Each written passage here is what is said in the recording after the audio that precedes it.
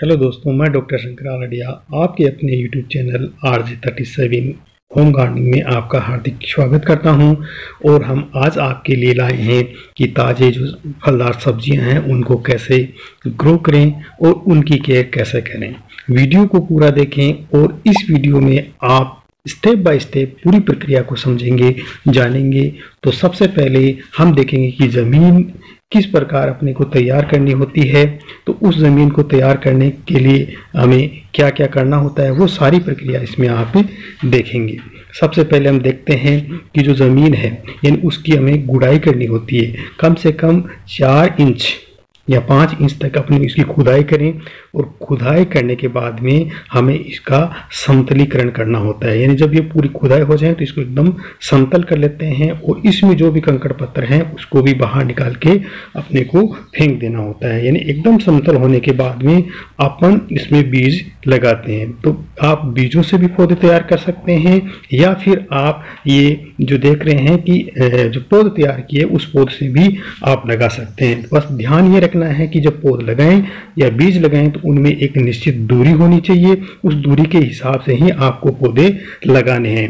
और उसके बाद में जब आप ये लगा देते हैं पौध तो उसके ऊपर पानी का हल्का छिड़काव अपने को करना होता है। इन 2 से 3 दिन तक अपने को इसमें पानी अच्छी तरह से देना होता है और इनके ऊपर हल्की छाया भी करनी होती है। नहीं करेंगे तो ये क्या होगा कि ये जो मुलायम पौधे होते हैं ये नष्ट हो जाते हैं। तो इनके ऊपर अपने विशेष तौर से शिफ्ट किए हुए पौधों पर ये छाया करना बहुत ही जरूरी होता है और समय समय पर अपन इसमें पानी देते रहें। तो आप देख रहे हैं कि किस प्रकार मैंने इन पौधों को व्यवस्थित ढंग से लगाया है। उसके बाद आप देखेंगे कि जो बीज से मैंने जो पौधे तैयार किए थे उन पौधों को आप देख सकते हैं, उनके बीच में निश्चित दूरी है और उनके 2 से 3 पत्ते अब निकल चुके हैं। ये 10 से 15 दिन का टाइम है जिसमें ये पौधे तैयार हो गए हैं। इनकी ग्रोथ अच्छी है।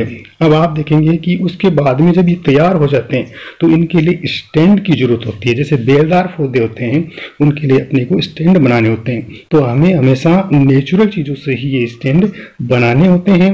जैसे कि आप देख रहे हैं कि जो पेड़ की टहनियाँ हैं उन टहनियों को मैं लंबी लंबी टहनियाँ लेकर के उनको निश्चित कटाई करके इन दीवार के सहारे में इनको खड़ा कर देता हूँ।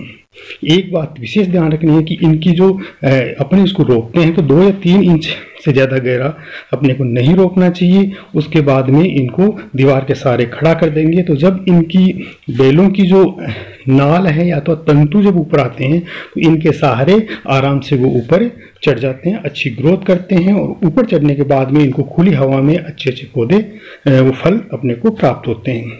उसके बाद आप देखेंगे कि हमें इनका समय समय पर इनकी गुड़ाई करते रहना चाहिए। यानी 10 से 15 दिन के भी अंतराल पर आपको इनकी हल्की खुदाई करें, गुड़ाई करें और जो भी खरपतवार आपको नजर आए उनको आपको हटा देना होता है या हटा देना चाहिए। ये प्रक्रिया हमें इन पौधों में निरंतर बनाए रखनी चाहिए। इससे क्या होगा कि इनकी ग्रोथ रेट है वो बढ़ जाएगी और अच्छी क्वालिटी के पौधे अपने यहाँ पर तैयार होंगे।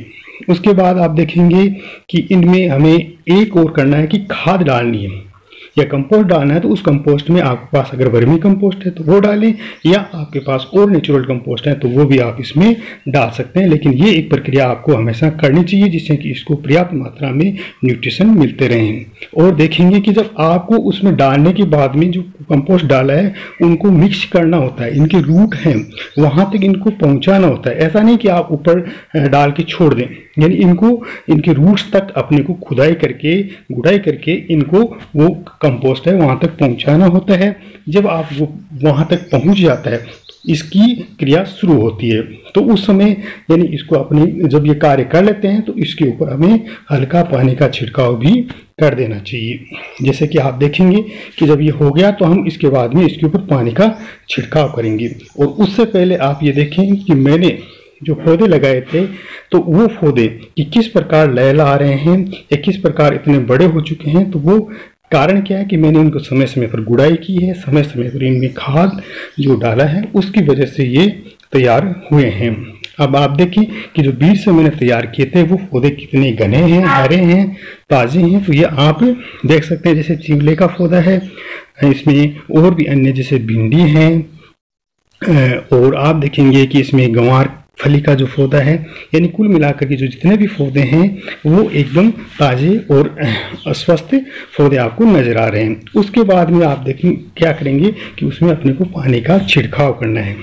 तो पानी का छिड़काव करने की जो विधि है, सबसे सही तरीका यही है कि आप उसमें एक साथ पानी न डालें, यानी उसको पानी का छिड़काव करके ही आप उसमें पानी डालें, जिससे कि इसको पर्याप्त मात्रा में पानी मिल जाए। अगर आप उसमें बाल्टी से या वैसे ज़्यादा बहाव के साथ डालेंगे तो वो उनको पानी की मात्रा ज़्यादा हो जाएगी और इसकी वृद्धि भी रोक सकती है। इसलिए आप हमें हमेशा इस विधि से ही पानी उनके ऊपर छिड़कते रहें, जिससे कि इनकी ताजगी बनी रहेगी, इनको पर्याप्त मात्रा में समय समय पर यानी पानी, खाद और जो नेचुरल चीज़ें हैं वो इसमें मिलती रहेगी।